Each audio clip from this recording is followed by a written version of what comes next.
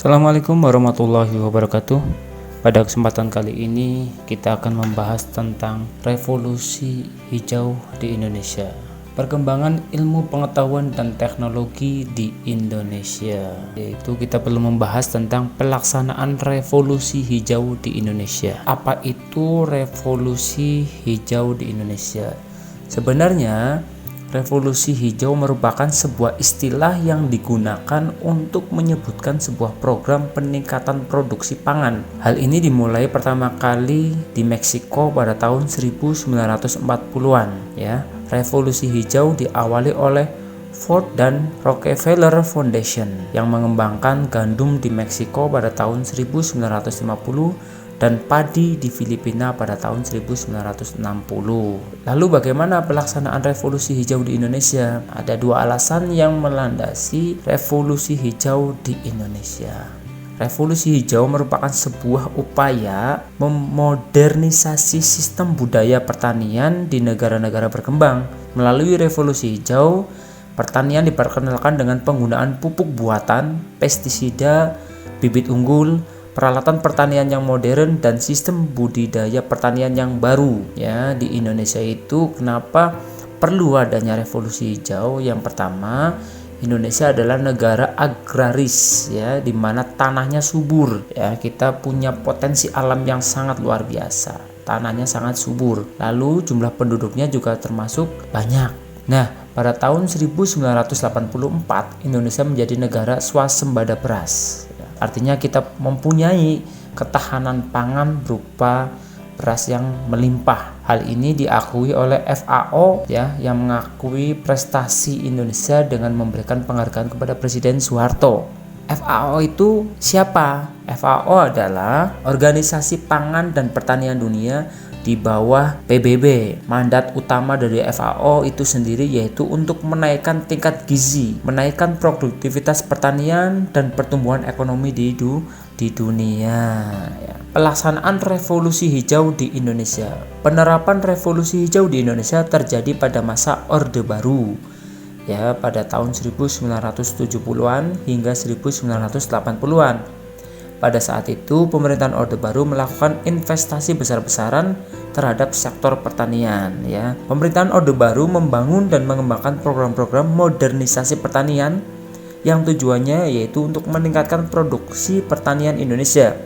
Itu tadi ya, di bawah Bapak Presiden Soeharto pada saat itu memanfaatkan kekuatan alam kita, di mana kita termasuk negara agraris, masyarakatnya mayoritas hidup dari sektor pertanian. Lalu langkah-langkah apa saja yang dilakukan pemerintah untuk meningkatkan produksi pertanian?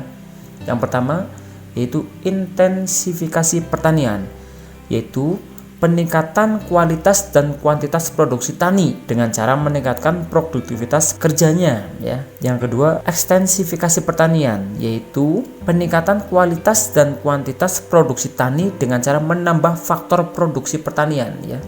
Lalu ada diversifikasi pertanian, yaitu meningkatkan kualitas dan kuantitas produksi pertanian dengan cara pengembangan keanekaragaman jenis produksi pertanian ya.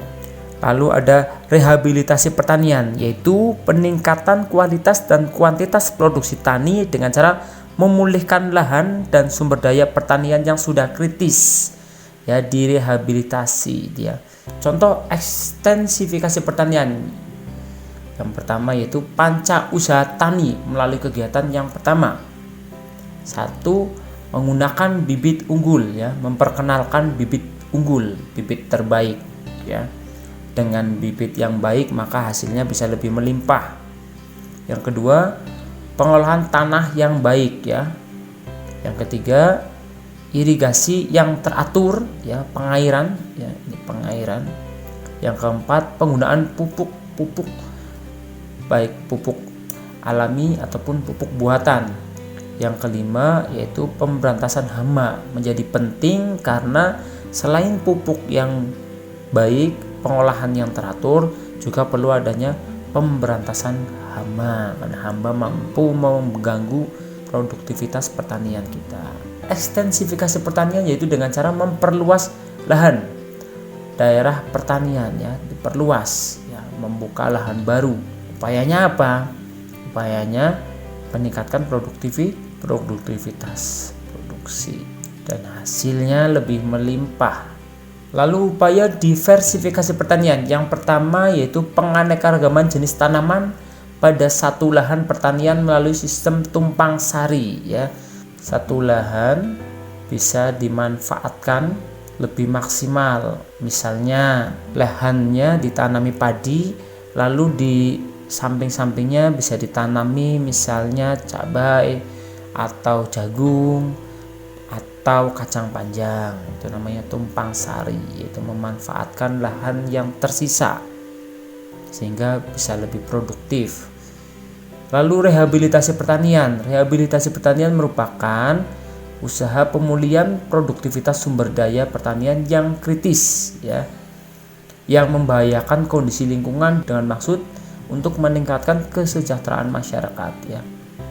Lalu bagaimana dampak positif revolusi hijau di Indonesia? Yang pertama ya, dampak positifnya ditemukan bibit biji-bijian yang berkualitas unggul ya, mampu menemukan bibit-bibit unggul baru. Yang kedua, hasil panen meningkat. Yang ketiga, masalah pangan dapat diatasi ya. Masalah pangan dapat diatasi, tidak impor. Keempat, kesejahteraan petani meningkat. Dan yang kelima, Indonesia berhasil mencapai swasembada beras ya. Dampak negatifnya ya, di samping dampak positif juga mempunyai dampak negatif. Dampak negatifnya, satu, penggunaan pestisida dapat mencemarkan lingkungan. Ini obat-obatan ya. Yang kedua, berkurangnya keanekaragaman genetik karena penyeragaman jenis tanaman tertentu yang dikembangkan. Yang ketiga, adanya mekanisme pertanian menyebabkan cara tradisional ditinggalkan ya. Yang keempat, kerjasama semakin menurun karena sudah menggunakan sistem upah ya, harus dibayar ya. Nah, perkembangan transportasi di Indonesia, kita tahu nih ada transportasi darat. Transportasi darat meliputi jalan raya ya, berupa kereta api, yaitu perbaikan jalan raya ya. Sekarang sudah ada tol ya, bisa membuat perjalanan lebih efektif dan efisien, bisa lebih cepat ya, dan menghindari kemacetan.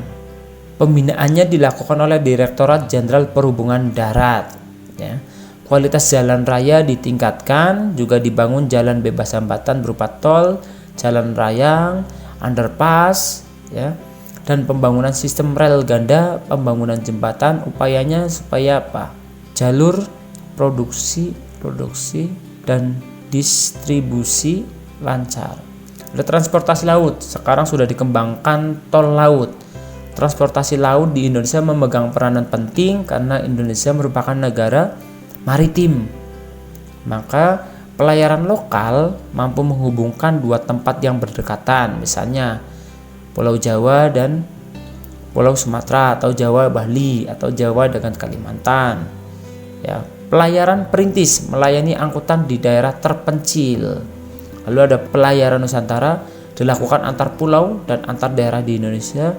Lalu ada pelayaran samudra menghubungkan Indonesia dengan dunia internasional.